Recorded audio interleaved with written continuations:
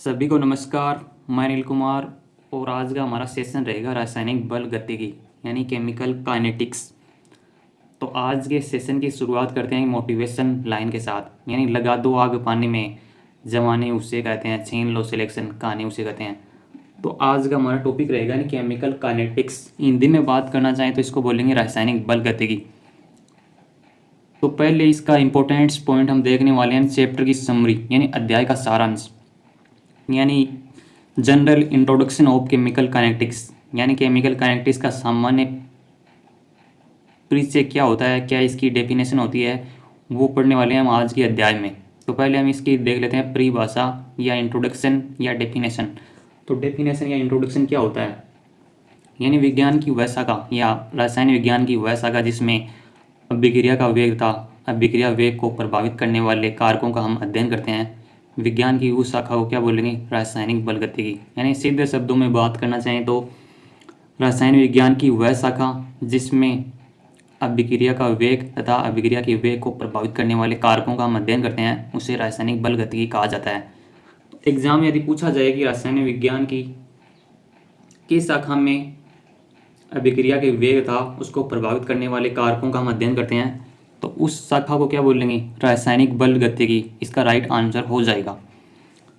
फिर next topic आ जाएगा रासायनिक बल गतिकी में ही रासायनिक अभिक्रिया का वेग, यानी अभिक्रिया का वेग क्या होता है, यानी रेट ऑफ रिएक्शन या अभिक्रिया का वेग क्या होता है। अभिक्रिया के वेग को प्रभावित करने वाले कौन कौन से कारक होते हैं और किस प्रकार से अभिक्रिया का वेग उन कारकों पर डिपेंड करता है, तो उसका हम अध्ययन करेंगे अपने नेक्स्ट वीडियो में।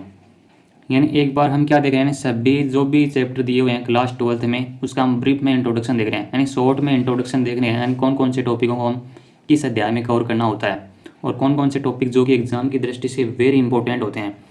तो अभिक्रिया वेग को प्रभावित करने वाले कारकों में पहले आ जाता है पहला पॉइंट, यानी अभिक्रिया वेग की सांद्रता पर निर्भरता, यानी किस प्रकार से अभिक्रिया का वेग सांद्रता पर डिपेंड्स करता है या निर्भर करता है, इसका हम अध्ययन करेंगे नेक्स्ट वीडियो में। दूसरा वेरी इंपॉर्टेंट कारक आ जाता है, फैक्टर आ जाता है, यानी वेग व्यंजक, यानी वेग व्यंजक एवं वेग स्थिरांक, यानी वेग कांस्टेंट क्या होता है या रेट कांस्टेंट क्या होता है, उसका भी हम नेक्स्ट वीडियो में अध्ययन करेंगे। फिर थर्ड आ जाता है अभिक्रिया की कोटि, यानी अभिक्रिया यानी ऑर्डर ऑफ रिएक्शन, अभिक्रिया की कोटि क्या हो जाती है। फिर फोर्थ आएगा अभिक्रिया की आणविकता, यानी एग्जाम में यहाँ से सीधा क्वेश्चन आएगा, यानी अभिक्रिया की कोटि तथा अभिक्रिया की आणविकता में कोई दो अंतर लिखिए, यानी इस प्रकार से एग्जाम में क्वेश्चन आ सकता है।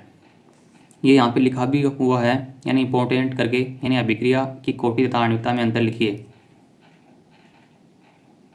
फिर हमारा नेक्स्ट टॉपिक आ जाएगा, यानी समाकलित वेग समीकरण, यानी शून्य कोटि रिएक्शन या शून्य कोटि की अभिक्रियाएं या जीरो ऑर्डर रिएक्शन इंग्लिश में बात करना चाहें तो इसका समाकलित वेग समीकरण आपको व्युत्पन्न करवा सकता है एग्जाम में। फिर आ जाएगी फर्स्ट ऑर्डर रिएक्शन, यानी प्रथम कोटि की अभिक्रियाएं, उनका समाकलित वेग समीकरण हम किस प्रकार से ड्राइव कर सकते हैं या व्युत्पन्न कर सकते हैं, तो एग्जाम में पूछा जा सकता है। फिर अभिक्रिया की अर्ध आयु हाफ लाइफ ऑफ रिएक्शन, यानी किस प्रकार से अभिक्रिया का अर्ध आयु काल होता है, वो भी हम पढ़ने वाले हैं नेक्स्ट लेक्चर में। तो यहाँ से इंपॉर्टेंट क्या हो गया, यानी अभिक्रिया की कोटि अभिक्रिया की आणविकता में क्या पूछ सकता है अंतर, यानी एग्जाम में सीधा क्वेश्चन आ सकता है। यानी आज तक जब तक बोर्ड एग्जाम हुए हैं सभी बार ये क्वेश्चन पूछा गया, यानी अभिक्रिया की कोटि तथा आणविकता में अंतर लिखिए, इस प्रकार से एग्जाम में क्वेश्चन आया। और यहाँ से भी क्वेश्चन बनने की 100% चांस होते हैं, यानी अभिक्रिया के वेग को प्रभावित करने वाले कारक कौन कौन से हैं, उस पर राइट शॉर्ट नोट आ सकता है। यानी अभिक्रिया वेग की सांद्रता पर निर्भरता, यानी किस प्रकार से अभिक्रिया का वेग सांद्रता पर डिपेंड्स करता है, इस प्रकार से एग्जाम में क्वेश्चन आ सकता है। फिर आता है वेग व्यंजक एवं वेग स्थिरांक, यानी किस प्रकार से रेट कांस्टेंट होता है। फिर आ जाएगा अभिक्रिया की कोटि, यानी अभिक्रिया की कोटि क्या होती है, अभिक्रिया की आणविकता। फिर पूछा जा सकता है समाकलित वेग समीकरण, यानी शून्य कोटि की अभिक्रियाएं, यानी जीरो ऑर्डर रिएक्शन इसको इंग्लिश में बोलते हैं। प्रथम कोटि की अभिक्रियाएं, यानी फर्स्ट ऑर्डर रिएक्शन। फिर आ जाएगा अभिक्रिया की अर्ध आयु काल, यानी अभिक्रिया का अर्ध आयु काल क्या होता है, यानी हाफ लाइफ ऑफ रिएक्शन।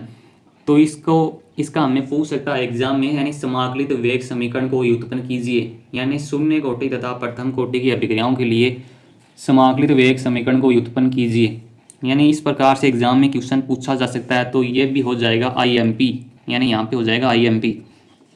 यानी एग्जाम में अच्छा परफॉर्मेंस करने के लिए यानी चैप्टर की एक समरी होना बहुत ही आवश्यक होता है।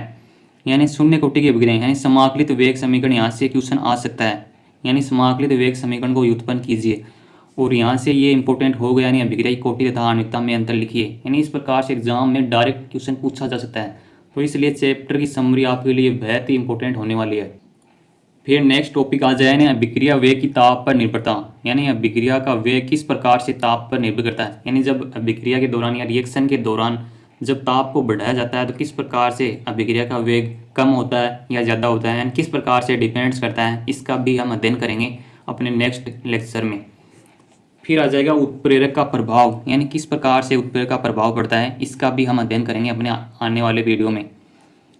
फिर वेरी इंपॉर्टेंट आ जाता है नहीं, रासायनिक अभिक्रिया का संघट्ट सिद्धांत या टक्कर सिद्धांत भी इसको बोल देते हैं। यह भी एग्जाम की दृष्टि से वेरी इंपॉर्टेंट होता है।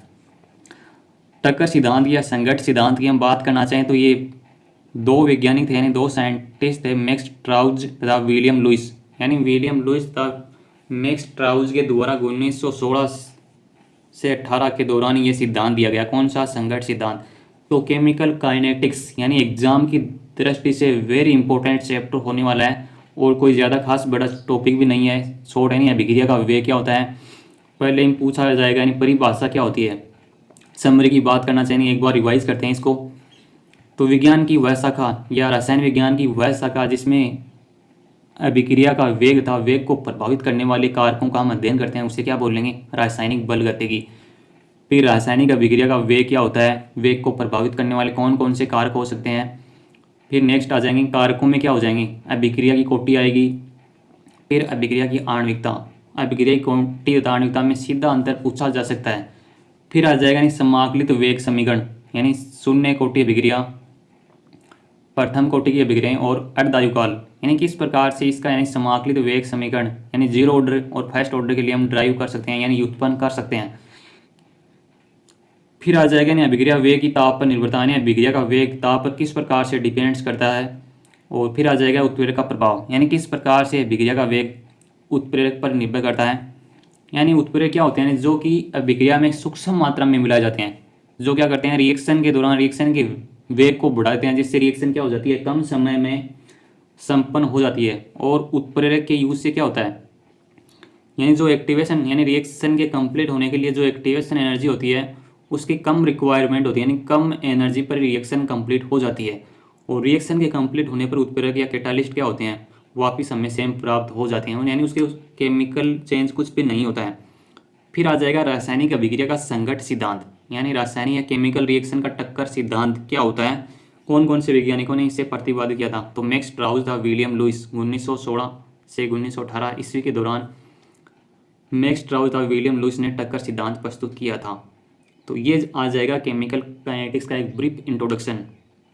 Thanks for watching, like comment और शेयर करना ना भूलें। आपको सेशन अच्छा लगता है तो लाइक ज़रूर कीजिएगा और अपने फ्रेंड के साथ शेयर कीजिएगा। Thanks for watching.